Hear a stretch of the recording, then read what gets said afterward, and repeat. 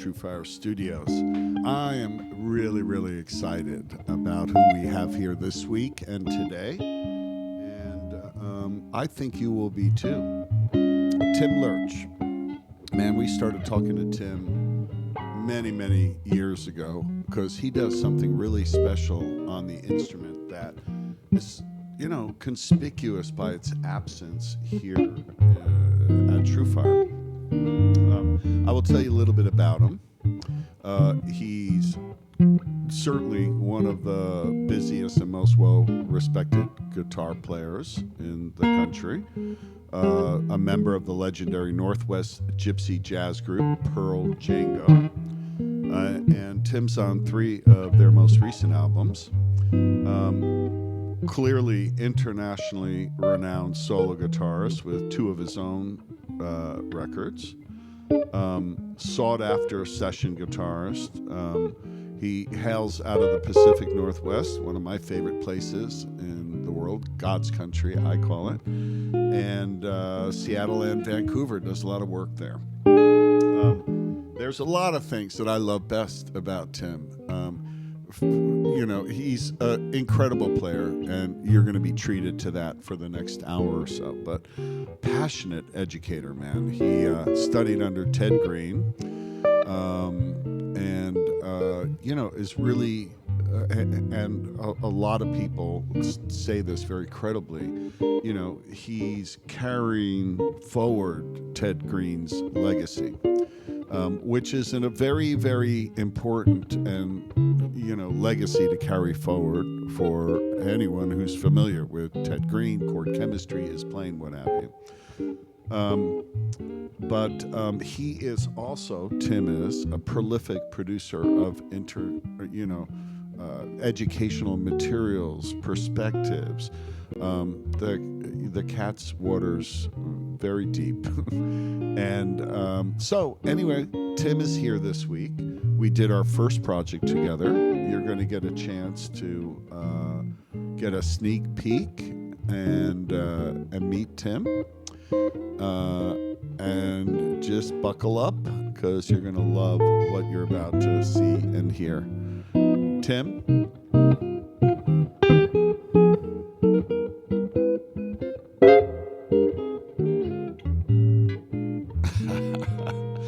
I love guys that can do that, I always hate talking over somebody's playing, it's like it just seems so rude. It's like if you're ever in a club, and you're just listening and watching to like this incredible musician, and the table behind you is chattering about, their kid's soccer game or whatever. It's just, something wrong about that. And so I always think that I'm being that rude, but it's not that bad if you're saying such nice things, though. Okay, there so you thank you for that introduction. Man, when was it? It was who hooked us up originally? Remember Way back years when ago? I called because Les Weiss had That's right, Les directed me Weiss, to, yeah. and we chatted, and at the time, what the idea was something I didn't have time to pursue, and then we just let it float for a while. Yeah, and you kind of felt like you needed to make an excuse about that, and then I told you, listen, it's not unusual. It's just meeting, and expressing, a mutual interest in doing something together, and then waiting for the stars to align, right? And in fact, they have aligned.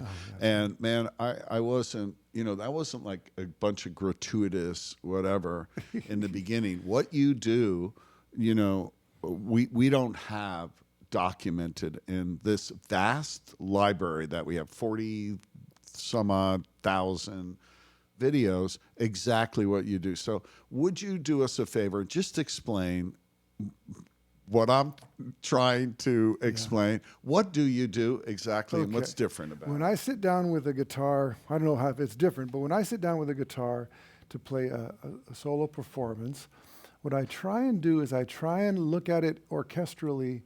You remember how Segovia said the guitar is like looking at an orchestra through the wrong end of a magnifying glass, or through, Right. the wrong end of a microscope. Yeah. I really look at it like that. My favorite inspirations are not guitar players per se, although I love guitar playing, and I love piano players. Some of my favorite influences, Bill Evans and Art Tatum particularly, are piano players. But Nelson Riddle is probably my biggest influence. The Billy May, the guys who made these incredible, beautiful orchestrations behind Frank Sinatra and other singers of that ilk. If I'm going to learn a tune, I go there first. I want to hear Frank sing it in the key of A flat usually. And I love the fact that because an orchestrator has the freedom of individual voices, they're not just blocking out the harmony, blop, blop, blop. It becomes more fluid than that. And you'll hear lines flowing through the orchestration. And that really captures my ear. It's something that's always been my main driving force in loving music, is wanting to hear what the violas and the cellos and the French horns are doing, all that stuff. And you really have we sort of struggled with the title because you what the heck are you doing? First of all, this course we're calling Solo Jazz Pathways. And Solo Jazz Pathways is really going to be kind of the umbrella brand or title, if you will, of a long series Let's hope, yes. of courses that we have to. And our focus in this particular one is chordal improv. Yeah. So this is Solo Jazz Pathways, chordal improv. Right. And if you would, and even demonstrate for me the difference between, if you've got a solo jazz guitarist and they're improvising some, measures, right? Mm-hmm. Show us how they might do that. Not that there's anything wrong with it. And then show us how you would approach it. I'll do my best. I'm not sure I can represent what anybody else does, but it occurred to me watching and listening to guitar players, including the great guitar players. There were a couple of things that were common. If you played a hollow body guitar with flat wound strings and kind of a muted sound, there might be a kind of idea like playing with a pick and strumming down the chord and then repeating that kind of style. Let's say you take I don't know if I can play songs here, but if if we say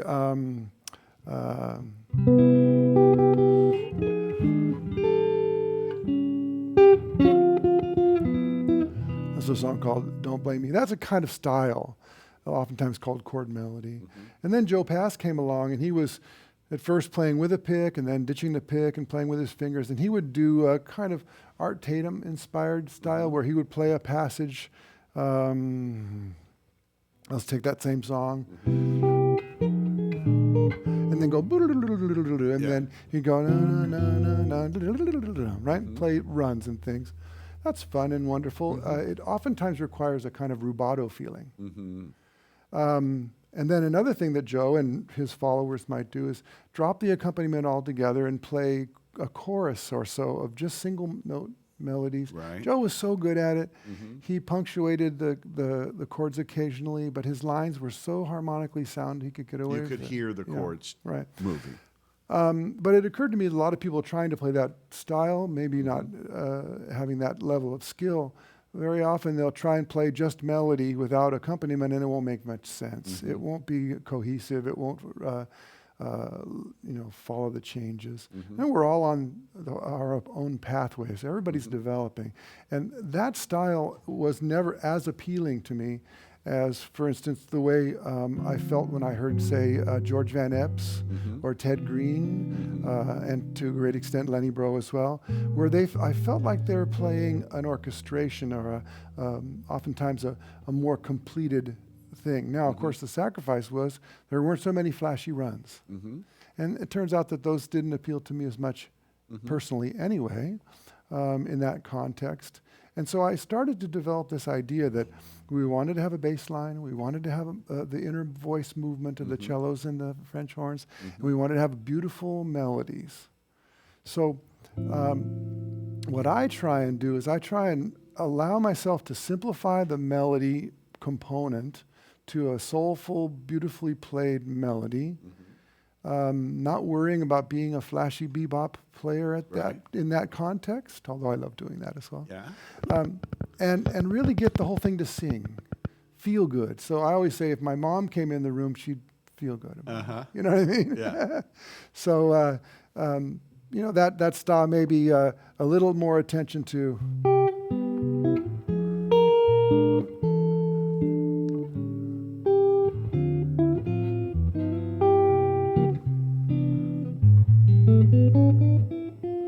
So that all that stuff is swimming together, and that just gives me a lot of joy. There's a fluidity, I think, is a word you used also. Yeah, Right? I say fluid harmony. Yeah.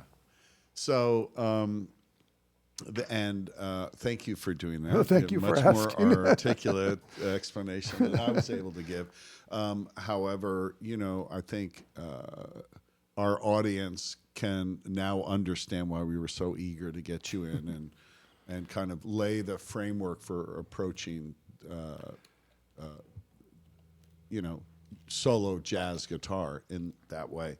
Let's talk about how and before we do that, a little bit of housekeeping. Yes. So we've got a lot of folks tuned in live right Wonderful. now. Hello, everybody. And would love for you all to tell us where you're chimed in from so we can shout back to you. We love to do that. Also, as I said, Tim is a passionate educator, and passionate educators love to answer questions. That's I know one thing I've noticed, okay? It's easier than thinking of something to So, say on my own. Yeah, and I told you his waters run pretty deep, so throw out your best questions. We'll gather them and try to get answers to them. Also, you will notice underneath the video, as usual, underneath the video screen, there's a promo code, Lerch Live. It's good for 25% off the pre-order for this course that we're going to be sharing with you today. I don't know, 24 hours, 48 hours, something like that. You could go there right now or anytime over the next couple of days and save 25% off solo jazz pathways, chordal improv, and get into this groove with us. There's also a trivia question. And as usual, we'll give away a $100 TrueFire gift card if you can answer this question. Name the virtuoso harmonica player that Tim played and recorded with. Okay, go Google that up. Don't answer it in the chat thread. Please don't do that. You're going to lower your odds of winning the $100 gift card, but name the virtuoso harmonica player that Tim played and recorded with. That's the only hint I'm going to give you. I'll give a little hint. Can I give a little hint?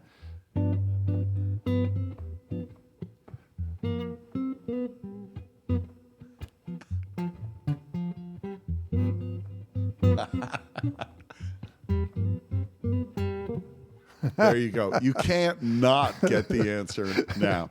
There's a link. Click the link. Post your answer there. We'll do the drawing at the end. And look, we already have folks chimed in. Tim, from Denver, Boston, Austin, Italy, Ohio, France, Munich, Germany, Delft, Netherlands, Indiana, Houston, Poland, Spain, Foster City, California, Washington, Dallas, Texas, San Francisco, Southern California, Guatemala, New Bedford, Mass, Argentina, Cambridge, England, Fort Collins, Colorado, Seattle, Vancouver. We were talking about, we both have spent a lot of time in Vancouver.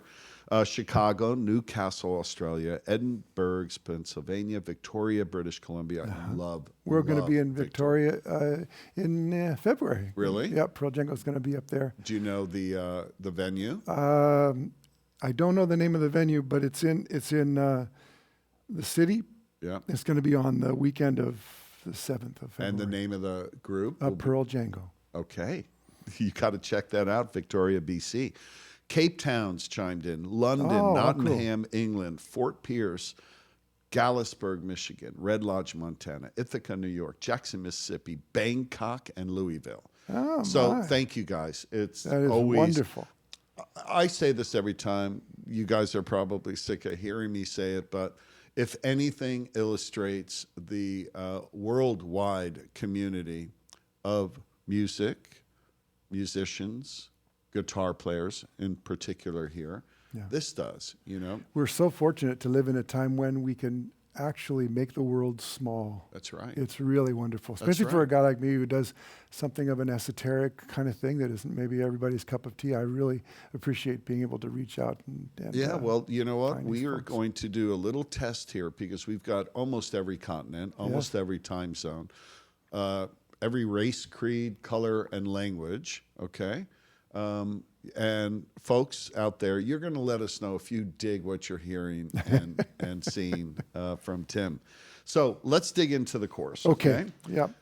So basically, we have a lot of kind of improvisation performance studies, if you will. Right. Each one with its own little lesson that breaks down your very unique and yet very accessible approach to playing in the style you've described.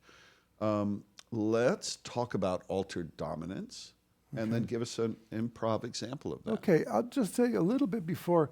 The premise of this course is to deal with something that I think we all deal with, and I'll give you an example of that. Let's say you learn how to play a song, you learn an arrangement, you work really hard on it, you get yourself a gig down at the local something or other, or maybe a fine restaurant or something, and you're playing, and then the arrangement is over in 90 seconds, and then you want to play for a little longer on that tune. And sometimes people think that they have to resort to maybe playing as if they're playing bebop or play lines, and that's okay. If you can do that, if you can pull it off, it's great. But I discovered that if I just played the basic chords that I know, often the chords that are already built into the arrangement, and I just reshuffle the melody to improvise a new melody, there's a certain continuity there, there's a certain continuity of groove, and I can use the song that I'm playing as a template for rhythmic devices and those kinds of things. And so the idea is when the singer, and you're playing a duet with a singer, and you're playing,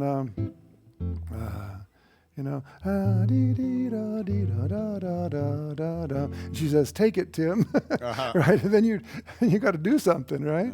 And so that's what this course is pointing at, to build a vocabulary of chordal passages that are accompanying melody. And the melodies are, while I play them in the course, my hope was that it would, you'd see neighborhoods where melodies could be drawn from. And so, for instance, the very first example that I'm going to talk about today is we started with a 2-5-1 because that's just the normal, everybody has to know it. And then the next thing, we changed keys and we went into this example here, which is a 2-5-1-6, which is just a slightly more open-ended chord progression that incorporates a 2-5-1. And I did a number of examples, some simple ones and some including using altered sounds over the 5 chord and the 6 chord. So for instance, if we're in the key of D, I would play an E minor chord, maybe like this, just a simple 3-note chord, and then an A7 chord like that, and a D major 7th chord or a D major 6th chord like that, and then come up here to the B7. So maybe a simple version before I get to altered might be to take the notes,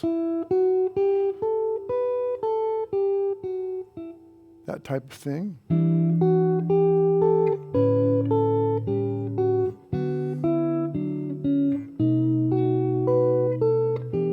And then we can go around and around and entertain ourselves for days and hours until we get a little bit bored with the, dee, dee, da, da, da, right? So then we talk about some rhythmic strategies that can break that up. And once we've identified where the notes live, work on the technique that it takes to get it to sing like that, because it may look a little easy, but when you get started on it, to get that independence of your right hand especially, to get those melody notes to sing out over the chords, is something that takes some work. But then to get to the altered, we just say, well, on the dominant 7th chords, we're going to spice it up a little bit. And there's a little shape here where we can use this shape. This is one of many shapes that deliver us the sharp 9, the flat 9, the flat 7, the sharp 5, flat 5, all right underneath a chord shape. Mm-hmm. And that's the deal right there. You have a chord, you understand the terrain, the neighborhood, the note choices that live around that chord, so you can hold that thing down, let it ring, or do something to it while you move melody against it. So then that 2, 5, 1, 6 in D might sound like this.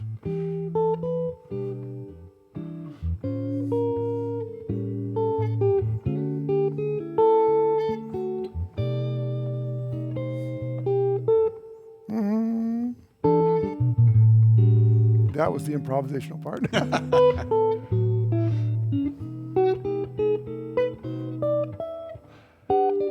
Come up here to another neighborhood.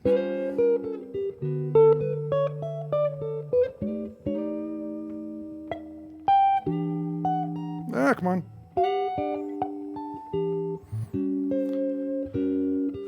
And we talk about these chord shapes. Mm-hmm. Most of them, if they're not familiar to the average aspiring jazz guitar player, they could very easily become familiar. I like chords that are easy to finger, that allow for other fingers to be left out of the fingering so that they're there for melody. We also like chords that are easy to finger. Right. So for instance, speaking on behalf of your student body here. So if I go to an A7 and I play these two fingers going like this, that's a beautiful sounding, very hip sounding kind of Bill Evans-y chord. It's got a flat 7 and a 3, and then a 13 and a flat 9. And so this is basically can be fingered here, but it's much more difficult. So we play it here, and that just gives us all these possibilities for making melody. So that's one glimpse of, Hey, Tommy, how long or how much content is in this course? I'd say we're going to be close to 4.5 hours in this one. So 4.5 hours of this curricular approach where Tim will spotlight a particular technique or melodic or harmonic concept, show you the tools, and then demonstrate them in action over an improv study. Let's show them another one, Tim. Okay. Let's do the 1625 with Chromaticism. Okay. Now, I should clarify that when I use altered dominance, I am introducing chromaticism, but it's a very specific kind over the dominant 7th chords, usually exclusively. And I discovered that I love chromaticism, whether it happens in the bass or the melody or the inside part of the chord, and any chord can take a chromatic approach type of line. So I'm going to change to 1625 in the key of E flat, and I'm going to use the same type of basic chords that everybody knows. Maybe this one for my 1, there's my 6, here's my 2, and here's my 5. Okay. So it sounds like this with no and nothing fancy on it.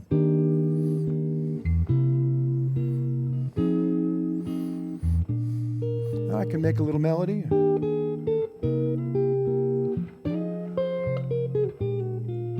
just still pulsing the chords on the beat. A little more chromaticism.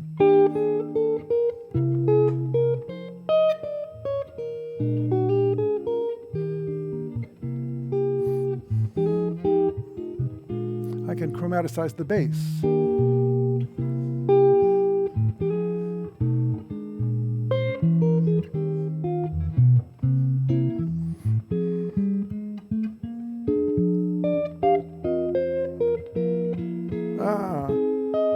It's improvisation, remember.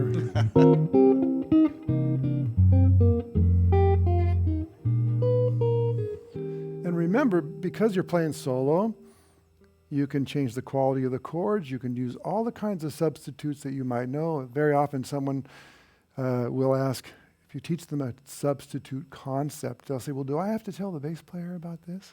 Or will there be a train wreck if I try and use this and the bass player doesn't know about it? Well, guess what? You are the bass player. So it's like playing with a good B3 player. You know, you always know the bass and the chord guy are going to be on the same page. Exactly.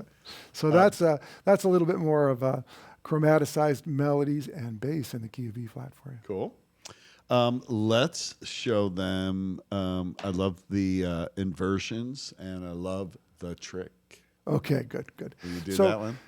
we spent a lot of time doing these kind of really important cadences in a major key, and then we moved on to one of the most common kind of minor key situations, which is a 2-5-1 in minor. So if we're in the key of D minor, we might say E minor 7 flat 5, A7, usually with a sharp 5, and the A7 altered works particularly well. I'm not going to get into some real detailed explanation of whether it's altered or if it's D harmonic minor or what it is. It's just A7 with some funny notes that sound good, okay? And then we get to our D minor 7 or a D minor 6 or both. So that's a minor 2-5. Okay, and so taking this chord and maybe fingering it a little differently, I can make a little melodic movement. Just down the scale. And up the scale. Okay, so I'm going to try something. Let's play this with a rumba feel. I don't know why I thought of that, but now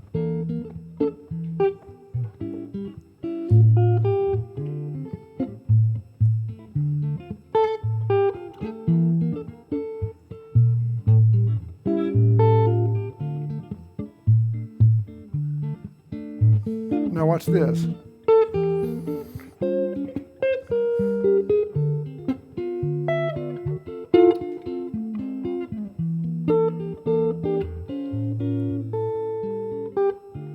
So I took that little E minor 7 flat 5, sometimes known as E half diminished, probably more often known as E half diminished, but I don't like that name. Minor 7 flat 5 with a little melody that goes 11, flat 3, natural 9, flat 3. Then I'm going to move that basic shape, that same shape, up 3 frets, also known as a minor third, and play the same shape. And then I'm right where I need to be to resolve to a D minor chord. Now the reason that works is when you take an E minor 7 flat 5 chord and you move it up a minor third, you're playing A7 altered. And the symmetry of that is very pleasing. And then watch this. I can move it a major third after that, play the same shape and everything, and I'm playing D minor 6. Beautiful. There's a whole, I could probably do at least one of these abbreviated courses on that relationship because it's fascinating. But it's a very Bill Evansy kind of thing. You can do it in block chord style.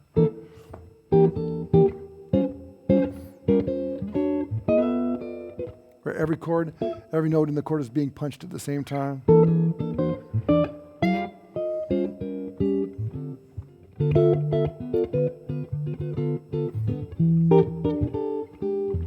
It's right there too, etc. So it's really a wonderful device. And the minor 2-5, which, by the way, many of the playing examples in the performance section of the course incorporate in some place in the chord progression this minor 2/5, even when it's not in the key of minor. Say, for instance, if we're in the key of F major, we might play a minor 2/5 to the 6th chord, just setting it up. It's a really wonderful device, and you got to know what to do on it. And it can be daunting not to know what to do on a situation like that. So it's in there so you can get a couple of shapes and start the exploration.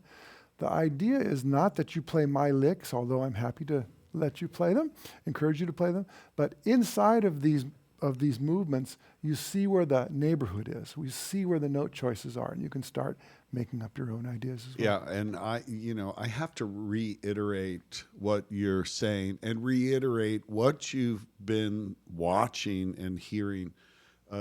Tim told you the types of chord voicings he likes, that they're easy to grip, that they sound very hip, and they give your other fingers a neighborhood to work with it. Very good. Right?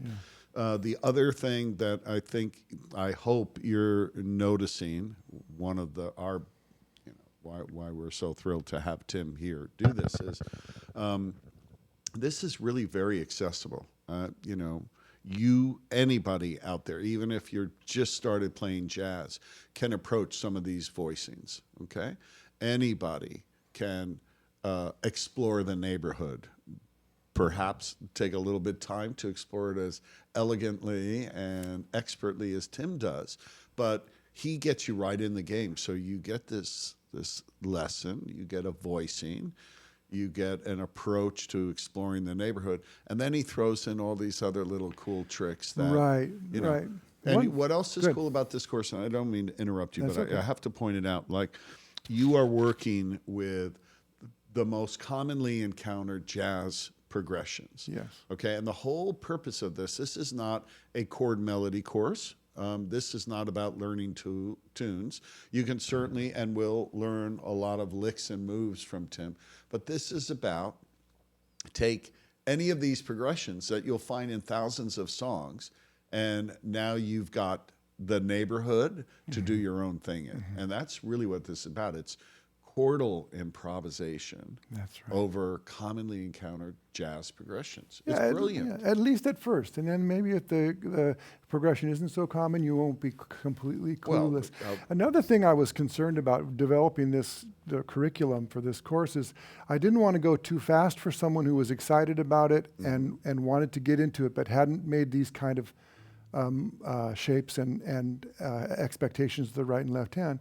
But I also didn't want to have it be boring and tedious for a more advanced player. So every segment or every section, excuse me, on a particular chord progression, say the 2-5-1 section or whatever, there are these sort of progressive things. So if you can do segment 1 and work on that for a while, that's great. But if you think segment 1 is like child's play, well, then go to segment 3 and see what's there. You There you might go. discover that, Yeah, each one of them has a love that, lot yeah. of juice in it. Yeah, this is really going to be very difficult. We tag levels, with all of our courses, Yeah.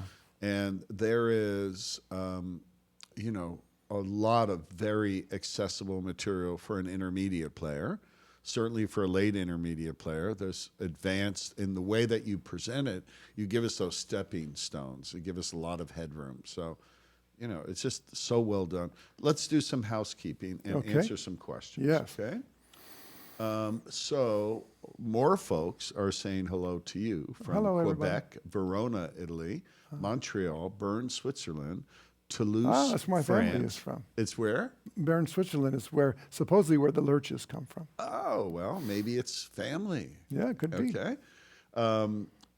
Scotland, St. Petersburg, Russia, West Palm Beach, Florida, Portland, Arvada, Colorado, Auckland, New Zealand. Dubuque, St. Iowa, chiming in as well. They always spell that for me phonetically because I screw that Dubuque. up. It's so hard for How me would to it come out say. sounding if you... So some questions. From Squid 3D, does singing inform your note choice, or is it the other way around? Oh, That's a really interesting question. I'm a singer. I moan all the time. I had to really be careful because I got this thing right here. But usually it's a little bit like this.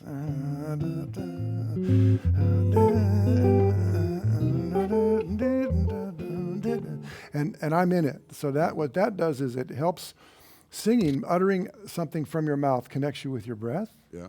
It also shuts your mind off. So if I'm singing, the little guy in my mind that doesn't believe that I'm good and that's worried or it's something, he shuts up. So the singing is very good on a couple of different fronts. If I'm practicing, and mostly the way I practice is I'll take a vehicle, a chord progression, a type of tune, or whatever it might be, and I'll begin playing it in this style. And and I'm singing along with myself, as soon as I don't play what I'm singing, I stop, figure out how to play what I sang, and then continue. So is the singing informing the note choice? The musician is in so here. So you're hearing it here, and it's making its way to the fretboard. Yeah. The musician tells these guys what to do on here. And that's the trick. You spend your whole life getting to the point where the musician can speak clearly to the worker bees. These guys don't know what to do unless the musician Great tells answer, them man. what to do. I love that notion of kind of shutting down the inner voice, because there's another inner voice for we students, which is, we spend thousands of hours studying, but we don't get that much opportunity to get out and play. So we're always hearing your voice in our head about, and maybe, scatting like that, singing will maybe quiet you a little bit while we're trying to play, If it does only one thing, which is connect you more thoroughly to the process. Of course, you can't just open your mouth and make sounds and ignore the ramifications. So it kind of ups the ante, because you have to be able to sing what you're imagining, and you have to then be able to try and play something like what you're singing.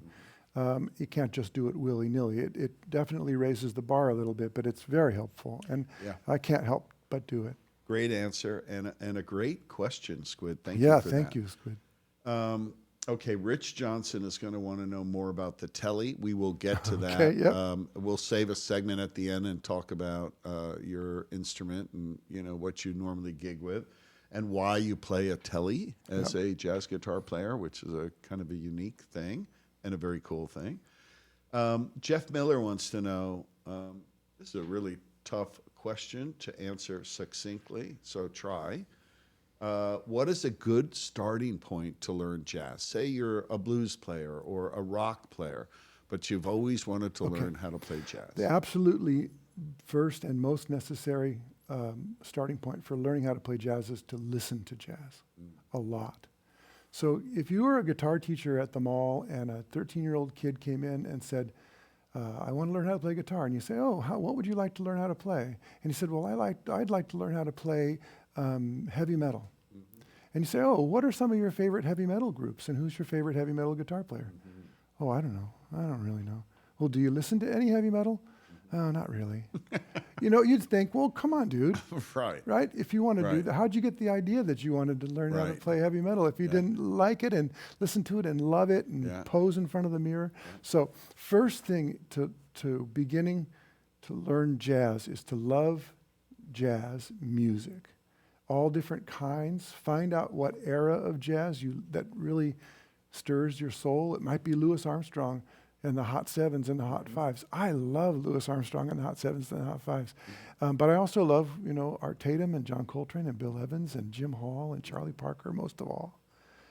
You got to find out what you love. Then it'll get inside of you. And then when you start to think, well, do I need to learn how to play my scales or my arpeggios? Or do I need to learn how to play the bebop scale? All of that stuff comes into focus and perspective when you have your eye on the prize about what you want to try and do. That's the succinct answer. That's a great answer. And a great question. Thanks, Jeff. Thank you. We have our friends from Italy, Anita and David. David and Anita. You Hello. know them? I know them. They're just the most wonderful people on the planet. People on the planet. And their little daughter is also oh my coming goodness. into the game. Is she adorable or what? Thank you for tuning in, David and Anita. Yeah, so I think this is probably David, Yes. who's an excellent guitar Yes, player. he is. in his He's own wonderful. And they're an excellent duo as Right. Oh, well. can she sing Yeah, or what? they're wonderful. Huh? So they're asking you to talk briefly about Bill Evans' chords voicing approach and how to get that on guitar. I Okay. know we could do Yeah. 100 hours. One thing I don't try and do much is I don't try and play stretched out voicings that are considered to be pianistic, because they create problems that are hard to solve in relationship to the rest of what I want to try and do. So Bill Evans was known in general to play small voicings, sometimes 2 or 3 notes, and integrate it very, very closely with the melodic content. So one thing I can do, I'll give you very brief, is if there's a 2-5-1 in the key of G, like there might be in Autumn Leaves, I can play the 2 chord here as a 2-note voicing, the 5 chord there, and the 1 chord here. Now, then, once I've got that, I can play a single note above.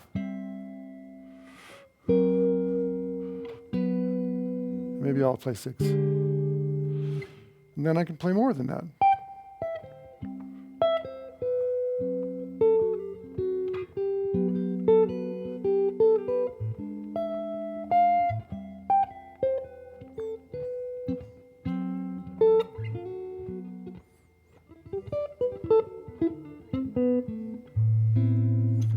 Bill liked those 9s in there.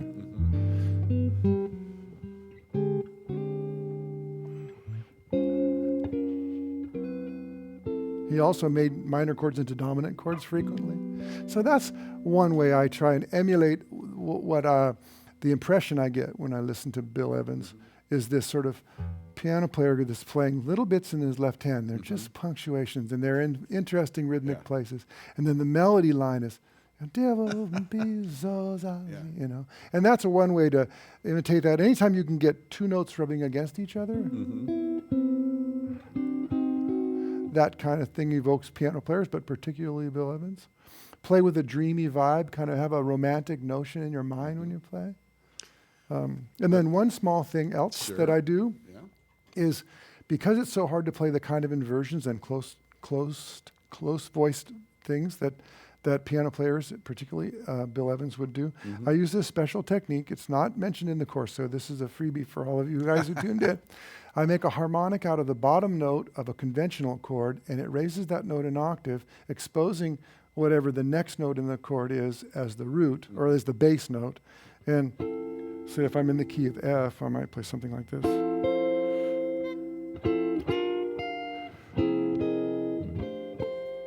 And those chimes give me a very pianistic kind of quality. David, I hope that's a good I answer expect to for see you, those but coming. That's David. right. I suspect he already knows the answer to that Well, question. now Thank you for your wonderful he's question. compelled to compose an original There we go. instrumental There we go. a la Bill Evans with your direction.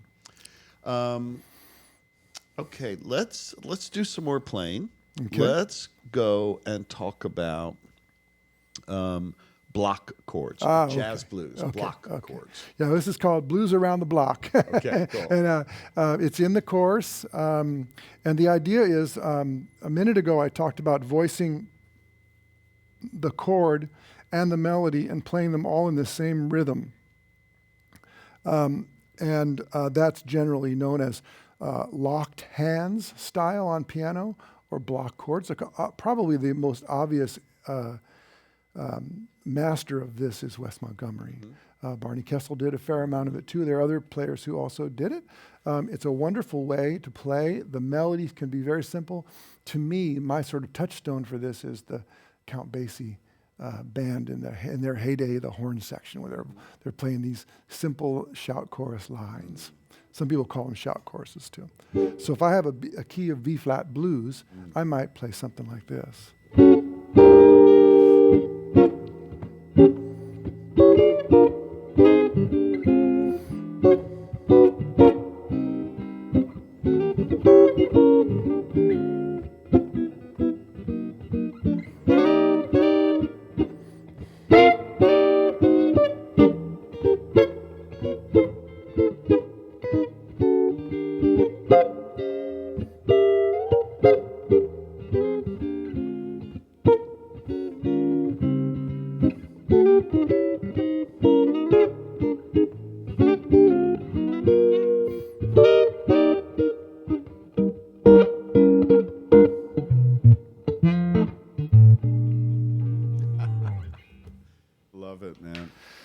So I'll say this one. You know, we obviously, Tim publishes a lot of videos. You have millions of views on YouTube, right? Yeah. There's three, pushing three. Yeah, it's crazy. So, you know, encourage you to go do the YouTube search as well.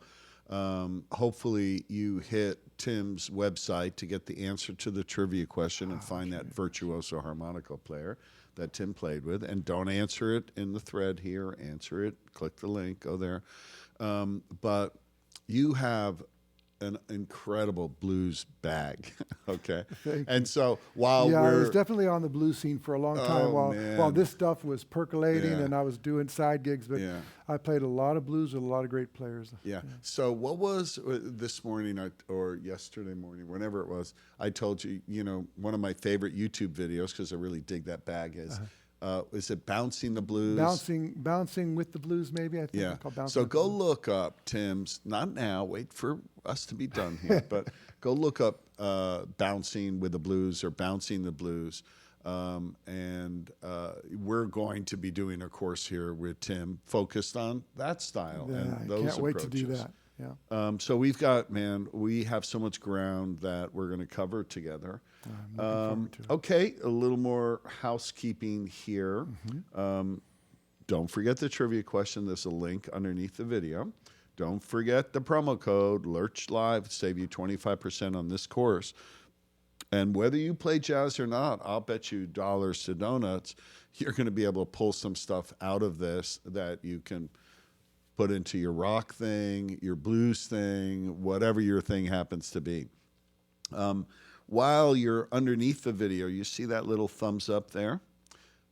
If you help us get to 100, and we're very, very close there, very close, I will make Tim stay after school here and play a full tune of his own choice, okay, for all of you.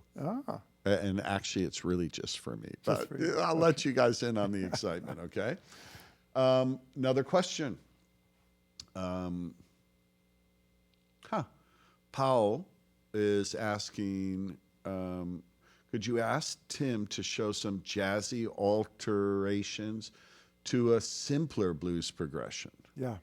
You know, so just take a Happy to simple do it. 1-4-5. Think of we're intermediate blues player. Very good. Just show us one cool thing we can do to make that sound hip. Without getting too heavy into theory or any of that kind of stuff, there's one thing you can do on a blues. If you know how to play ninth chords, which is kind of what everybody ought to do, is to approach a chord from above. Right before you go to it, you play the chord, the same type of chord, 1 fret higher. So let's say I'm in B flat again. I'll put it in A so you can think about it. So you have ba do ba dee do, ba do, ba do, da do da da do do do be da, ba dee da do.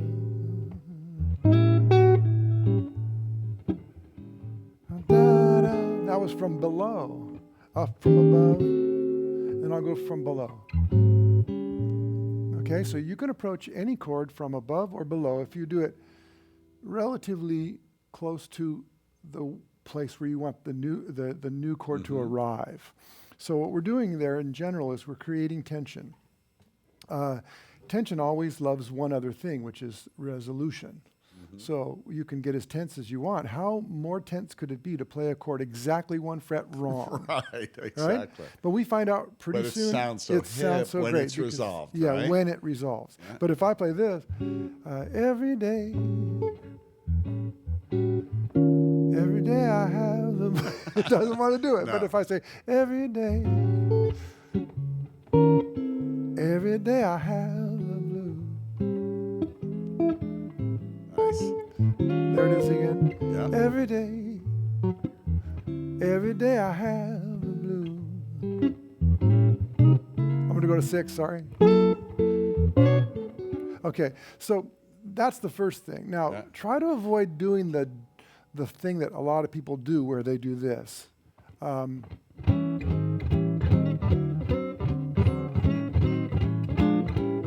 Nobody likes that. Be selective. Just right before you want to go, go. There's other things that you can do. Another chorus coming up. Yep, another chorus. There's other things you can do to create movement while you're on a chord.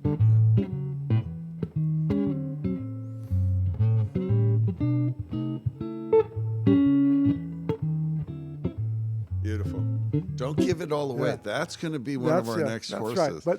But rather than going, yeah. Okay, that is great. Powell, I hope you dug that. We want to hear you do that next week. That's okay? right.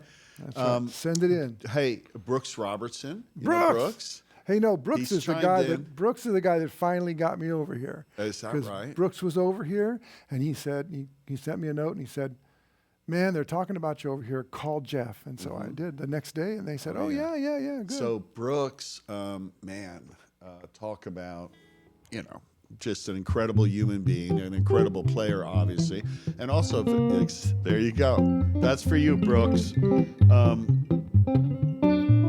Sorry, I have to turn my phone off here. So Brooks is saying hello. Hi, Brooks. How you doing, man? He comes in a couple times a year, and he's we first met him at the Chet Atkins convention. He was, I don't know, 14, 15. Right, one of those guys. Buster B's, he's a protege. yep. And, in the same way that you're carrying forward, Ted Green's legacy and pushing it beyond. That's what Brooks is doing for Buster B. He's so good, man. His tone is beautiful. We also have, do you know David Becker by any chance? Sure. David and I go way back. Yeah. So he's tuned in too. He says hello. Hi, David. Good to see Another you. awesome TrueFire artist. We've been trying to get a studio date for him for a long time. David and I go back to the GIT Joe DiOrio puppy days where we were in Joe's room and we played together, tried to make a little duo for a while, and he's a wonderful player. He is a wonderful player and also a very beautiful cat. And he's actually working on a channel, I believe, as we speak. Very good. I got to get going on that. Continuing to develop it. And we're going to get you into that channel world soon. Okay, back to the course. Yes. I loved, you did this with all the things, that flat 5 editions kind of lesson. And so I just want to, again, reiterate, you see what's happening. You're going to get this little nugget. It's a creative or a technical approach. You're going to get this little bit of information. Then you're going to get an application of putting that to work in a musical context. Then you can take that wherever you want to take it. Right. It doesn't, they're modular. Plug it into any tune in any style. Certainly in jazz standards, you'll find a million places to do it. But it holds up across genres, if you ask me. So no one asked me. Did you ask me that? No. But okay. I was here. I was playing this song once on a gig at an Eagles club in Tacoma, Washington. I hear that train a-coming, rolling around the bend, flat 5. I don't know why they didn't hire me back. Okay, so maybe the flat 5 has some possible genres can't take it. All right, show us that. So let's talk about it. So we're going to go back to our favorite venerable sort of starting point so that everybody can be on board. We're going to go to the 2-5-1 in the key of C. It turns out that to make a long story short, and the reason I call it flat 5 sub rather than tritone sub, which some people would prefer to call it, is that for me it's the relationship of the root of the chord to the bass note that you're substituting it for. So it turns out that the G7 chord, its flat 5 sub is some kind of D flat chord, and we'll call it D flat 7, although it doesn't have to be D flat 7. So what we'll do first is replace the G7 with a D flat 9 or 7. So here's the G7. And we get this bum, bum, bum. But if we put a flat 5 sub in, all right? So then we can play melodies.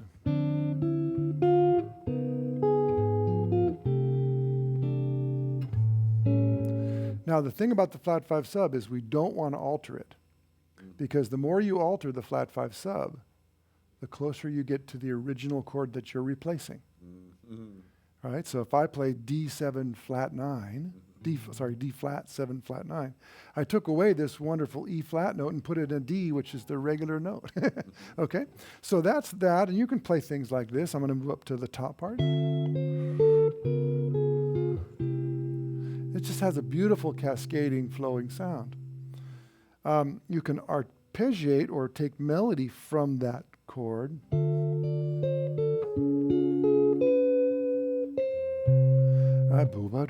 And it becomes this wonderful other way of getting the altered type of a sound.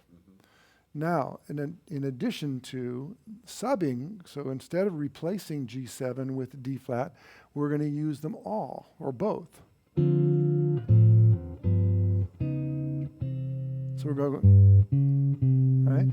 D minor, G7, D flat 7, C. Turns out you can do a flat 5 sub for D minor as well. So you can say,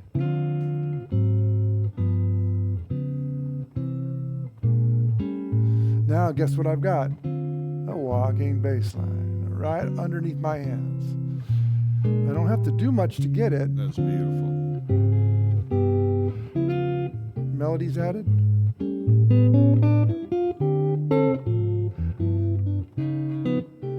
Okay, the melodies are just pouring out of that chord progression. Unbelievable. I just had a thought Okay. that I have to share. First of all, I want to thank everybody for the thumbs up. You have 116 thumbs up so far. Is that good? Does that mean that's, that we're that's something? very, very good, because it it's a way for folks who are tuned in right now to kind of not just show their love, but share their love, spread the love, right? That's all we're all about, the love. The purpose of these live things, especially when we have somebody coming in for the first time doing a first course, is it's our way to kind of try to get a little up close and personal and introduce you to, Thank you for doing every continent, every time zone. Thank kind you of for a doing thing. that. But obviously, people really dig what you're doing and how you're explaining what you're doing. And, in the same way, this was my thought, right? So if you study jazz guitar, you likely have chord chemistry in the library. You may not understand it. Right. You may have not have gone through I've every got page. a secret for that book, though. Okay. I can share. And you're going to share it in a minute. But the point that I'm making is it's sort of like it's just something you need to have as a reference and a resource. Mm-hmm. And I very much think of you in the same way. Not just because of your connection to Ted Green, but, you play much differently than Ted played. Thank you. And while you may share some of the, melodic and harmonic and, theoretical perspectives, you have very absolutely your own way of presenting information and making it very, very accessible. Thank you. And because of that, I urge anybody who's, attempting to learn how to play jazz or play jazz to, get you squarely on their radar screen and on their resource shelf, so to speak. You have done, you did an instructional DVD for Hal Leonard. Mm-hmm. Buy that DVD if it's still available. Yeah, it is, and it's called Blues Guitar Road Trip, so it's on the Blues side, Guitar Road Trip. You pick that up. You did a master class video for Jazz Guitar three Society. master class videos for them, yeah. Pick them up. Thank you. You do a regular column in Fingerstyle Guitar Journal. Right. Tune into that.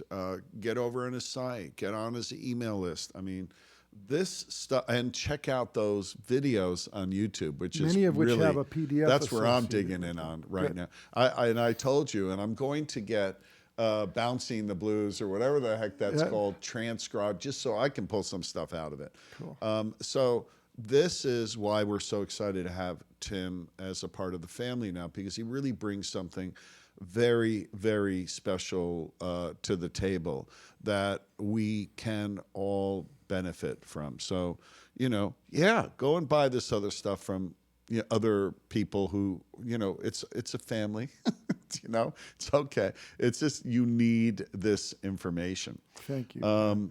Okay. we are starting to run out of time. We did the flat 5 editions. Let's spend a couple of minutes on the guitar. Okay. Talk to us about, Okay. why the Telecaster? Okay, I love Telecasters. I come from a lineage of Telecasters.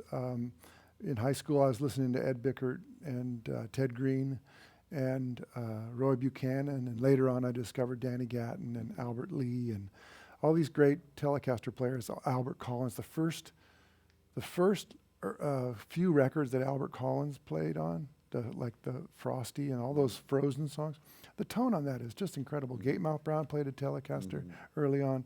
He changed later, but his Peacock record collection is incredible. The tone is Okie Dokie Stomp is to die for, right? So Telecasters are a very, very wonderful guitar, just at face value for all styles of music. Steve Cropper, all that R&B, old school R&B. Yeah. I played in old school R&B bands my whole life, and you got to have a Telecaster to get those sounds. And for me, there's a couple of things. I played ES-175 for many, many years because I was a jazz guy and that was a jazz guitar. But I'd often find that I had to stuff it full of rags. I had about 8 pounds of upholstery in the side of my guitar during the old days, and a note would be dead notes. And the more I tried to do this type of playing, the more the guitar was sort of letting me down. And at that time, I was studying with Ted, and he would loan me a Telecaster and say, "Here, try it." Finally, got a good Telecaster, and it sort of never really went back from there. Although I did play a Stratocaster for a lot of years, but there's something about the fact that you can play notes down here or up here, Which you do quite frequently. Yes, and they ring out. They're not woolfy. Yeah. They're not out of balance with the. So let's say I want to play a blues in G.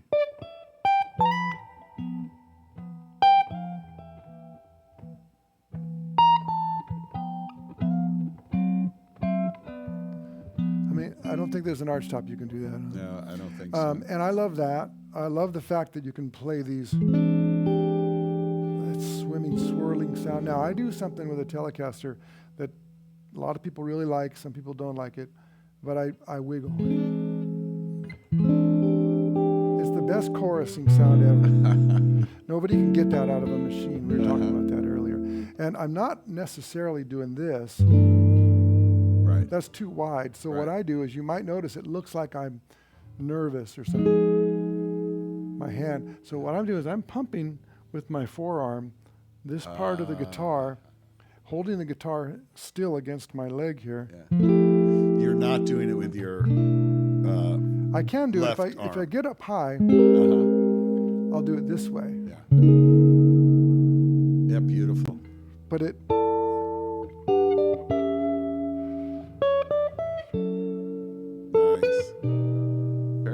And that's what I love about Telecasters. Then the long scale. Yeah. When I found the Telecaster with its slightly longer scale, I thought, oh my God, I don't know, maybe it's the size of my hands, but a 24 and 3/4 inch neck does two things for me.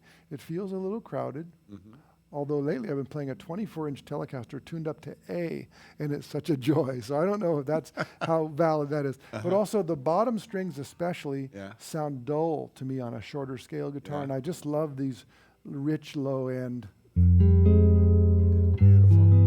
So there's that, and then what I do. What year is this one? Oh, this is a Fender Custom Shop No-Caster. That was a closet classic from the year 2002, I believe, 2001 maybe. During a period when they made them with these splotchy bird's eye necks. And then a couple of modifications that I do. I put on medium frets. They're Stumac 52s. And I put on... What did it come with? They comes with those thinner vintage frets. So you went up a little bit. I went up a little thicker. bit, but not to jumbos, just a little bit. What string gauge? Oh, 12 to 54. Okay. Tuned to pitch. Yeah. And unwound G, a 20 unwound G. Okay. Diodario makes a set that is exactly this. That's like a red one. And then I have Glendale saddles, which are brass, but they're compensated, so that's very in tune. And then finally, I think the most signature thing about this guitar is These pickups are made by Jason Lawler. They're the Charlie Christian for Telecaster pickup. And then this pickup is the BS pickup, which is the BS stands for blade steel. And it's a steel guitar pickup, an old recreation of that. I don't know if it's on your website or not, but you should put the specs of that guitar. It's all it's on your website? And there are numbers of YouTube videos where I go through and talk about all the switching and stuff. So I only use the neck pickup for this course, but there's a lot of great sounds. You can get, it's basically wired like a Strat with an extra little bit.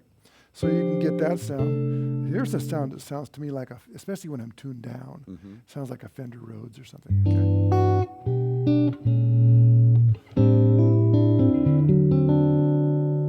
That's these two guys. And then this one by itself. The back two. The back one by itself.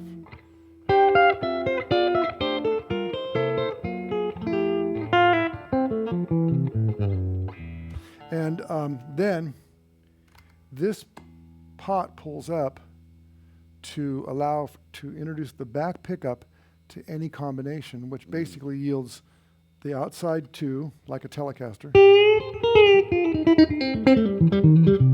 and all three of them.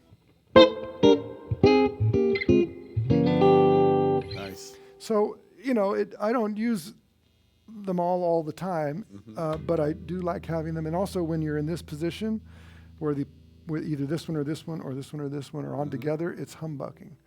So I brought a little hum debugger, which is a little pedal that kills 60 cycle hum, because I didn't know what the environment was going to be with all the lights. It's perfectly quiet in here, by the way, you guys. Well done. Thanks. But it's a handy thing to have if you've got these big single Very coil cool. pickups. Very cool, man. Thank you for that. And I use a Princeton reverb amplifier like I'm using right now. Oh, really? All my You'll gig out with a I Princeton? don't really gig out with it. Yeah. What do you gig out with? Well, these days, since I'm playing with Pearl Django, I don't really use a Telecaster except to play solo gigs. Now, do you have an Eastman signature? I used to, but I don't anymore. No longer. Yeah. I have a new guitar, which I'm really excited about. It's made by Linda Manzer, and it's a beautiful arch top, a 16-inch arch top, with one of these pickups in it. So I'm really pleased about that. And I use a Quilter 101 reverb in a specialized cab. We love Quilter, man. Or I use a Hendrickson Bud. Yeah. Either Quilter one. is like one of the best kept secrets, I think. We have in-house, we've done a lot of things. I saw with the them. wedge that you guys have. Yeah, they're 200 overdrive. Right. Comes in a little. Yeah, I know, 2 pounds. Carry that wherever you want. You have it's crazy. Yeah, yeah. Sometimes up in BC, we'll go to a gig and we don't drive because the ferry costs about $100. Yeah. So we walk on, and if you got more than 20 pounds in each hand, you're dead. Right. So we got to travel light. And it's funny. We get off the boat in Victoria, and a guy comes to pick us up, and he goes, "Hey, you must be the band. First, I thought you were a bunch of Italian undertakers."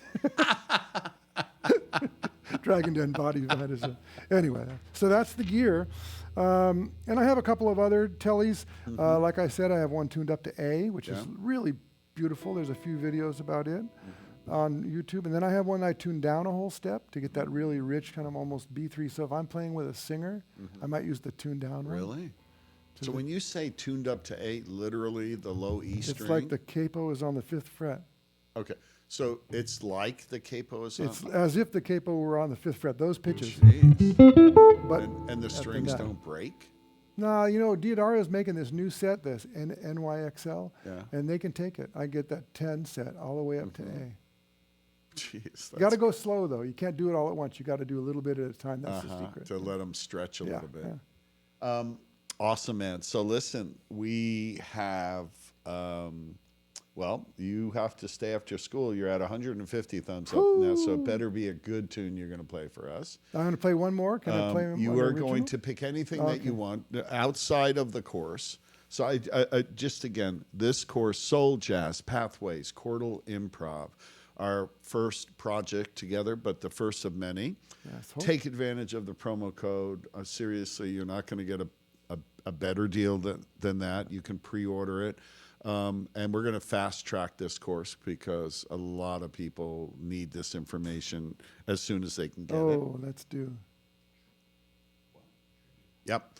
And the trivia question, the winner is Fran 6. And Fran, they're going to give you a $100 gift card Wow, associated with your congratulations, Fran. card, with your account. And why not spend some of it on the pre-order for this Wow, that'd be a Pathways good course? idea. Why not? And I'm sure you can find, Brooks' course you can spend Oh it my on. God, yeah, David right. Becker's course get you can 3, spend it yeah. on. Spend it. And just want to thank everybody. You were a very, very enthusiastic audience. Thank you for showing your love. Thank you for chiming in. Sorry we didn't get to all of the questions, but you're going to have many, many more opportunities. Our minds are going crazy with what are we going to do next and how quickly can we get you back here and so on and so forth. So with that, I turn the mic over to you. Okay. Play Thank you. whatever you like. All right. And thank you for Well, carving thank out you, this Brad. time I with us. appreciate it. And I would also like to thank everybody who tuned in and everybody in this beautiful brotherhood of guitar that reaches all across the world. I hear from people all over the world. It's amazing that I get to do this funny little thing that I do, and people like it and help support me to do it. So Well, I people really love it, appreciate man. it. So keep doing it, Oh, thank you, please. man. Thank you. All right, stage is yours.